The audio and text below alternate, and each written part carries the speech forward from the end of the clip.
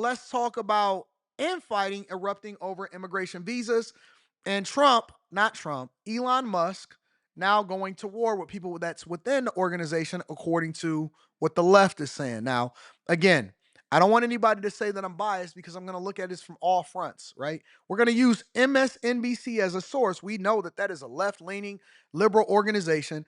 To substantiate our arguments on this, let's continue. I repeat this. The H-1B visa program is a total and complete scam to destroy the American worker. That's what we say everybody this weekend. Oh, this is an op. Can't we all just get together and have a group hug? No, we're not going to get together and have a group hug. You're either going to learn how to fight or get the hell off the battlefield. It's the F the group hug moment for the MAGA movement. Hi again, everybody. It was just a matter of when, right? Not if, but when. And yet the fact that Donald Trump's two most prominent supporters are already engaged in an ugly public civil war before Donald Trump has even stepped foot anywhere close to the Oval Office again is riveting. What? Is she making it up on the fly, or is she just reading the words wrong that's on the screen? Because I know how it works over there at MSNBC. I'm aware of how it works over there at MSNBC. She don't even know what she about to say. They want this to be such an issue so bad that they are winging it, and they're genuinely trying to create ops within the party. Civil war before Donald Trump has even stepped foot anywhere close to the Oval Office again is riveting, instructive, least surprising thing to happen so far. I don't know. For today's purposes, we'll call it a lesson in what happens when a political movement is grounded not in a set of policies or even a ideology that's recognizable, but in one person.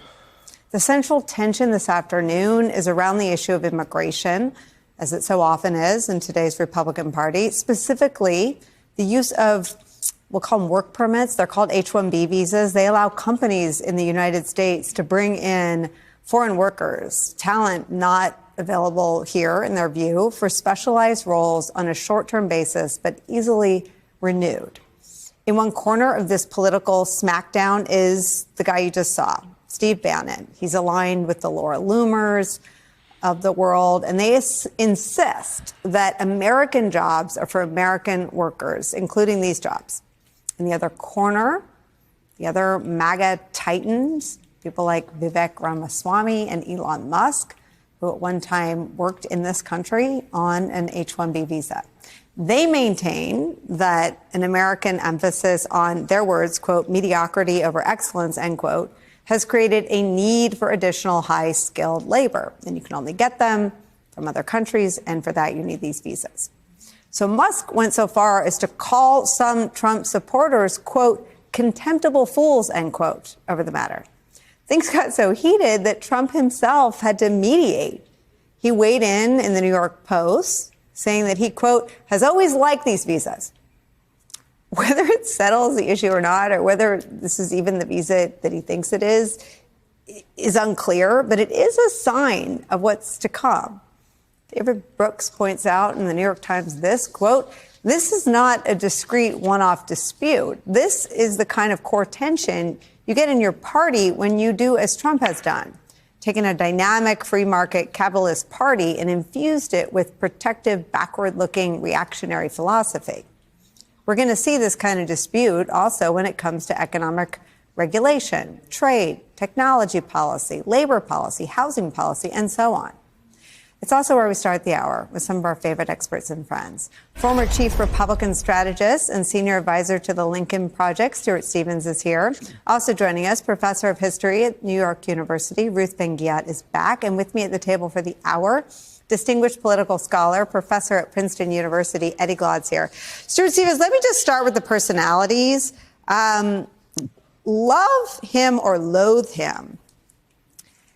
Steve Bannon's the guy that went to jail for Donald Trump. I would never bet against Steve Bannon. I mean, just weigh in on the sort of brutality and the public nature of this very early, very vicious fight between Steve Bannon and Elon Musk.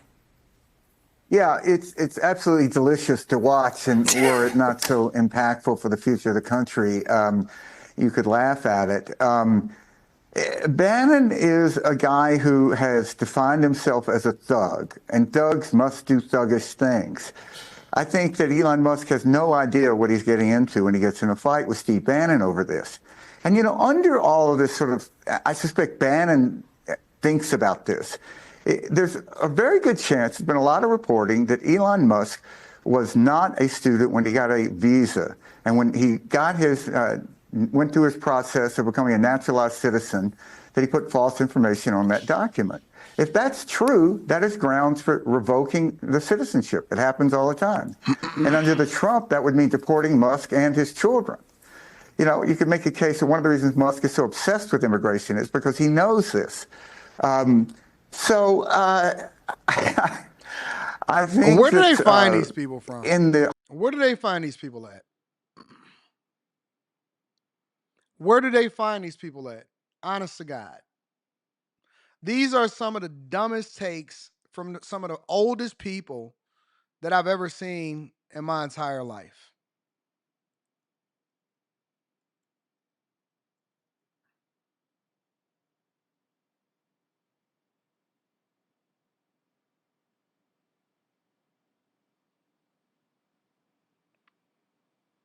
Heart and soul of MAGA out there.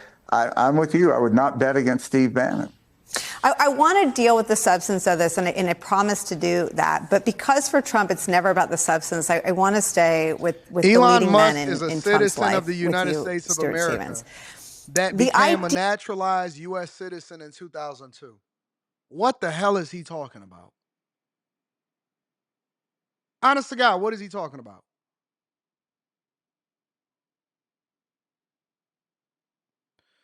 Yeah, that Elon Musk is the alpha only exists in a world where Trump can be bought. And what's so amazing to me is that Trumpism has always been transactional for Trump, but we've never seen the public display of someone else getting to grift off Trump's presidency. Elon Musk feels like the beta for that, right? A real test case. How do you think that's going to go?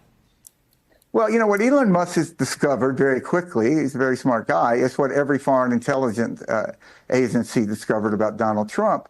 If you pet him, he'll follow you home. And that's all he cares about. He needs approval from people like Elon Musk. Elon Musk, in some ways, is what he pretends to be. Elon Musk is the wealthiest person in the world. This is what Donald Trump would like to be. So getting approval from that person, that means a lot to Donald Trump. It goes back to, you know, he's the guy from Queens. It's a true statement. All right, I've heard enough. I was trying to, honestly, my goal was to give liberals an opportunity in these. I see why the MSNBCs are suffering. I see why their ratings are plummeting. I see why they've fallen off. I see why Fox News is eating their lunch. I see why the CNNs are suffering. Is because they got these long, drawn out soliloquies that have no relevance. And all of it is just how they feel about somebody. And it doesn't actually speak to the facts. Honest to God, man, listen, I gave it 6 minutes and 27 seconds. I listened. I didn't skip anything. I didn't speed it up. I wanted to see exactly what the old folks over there on MSNBC love about this stuff.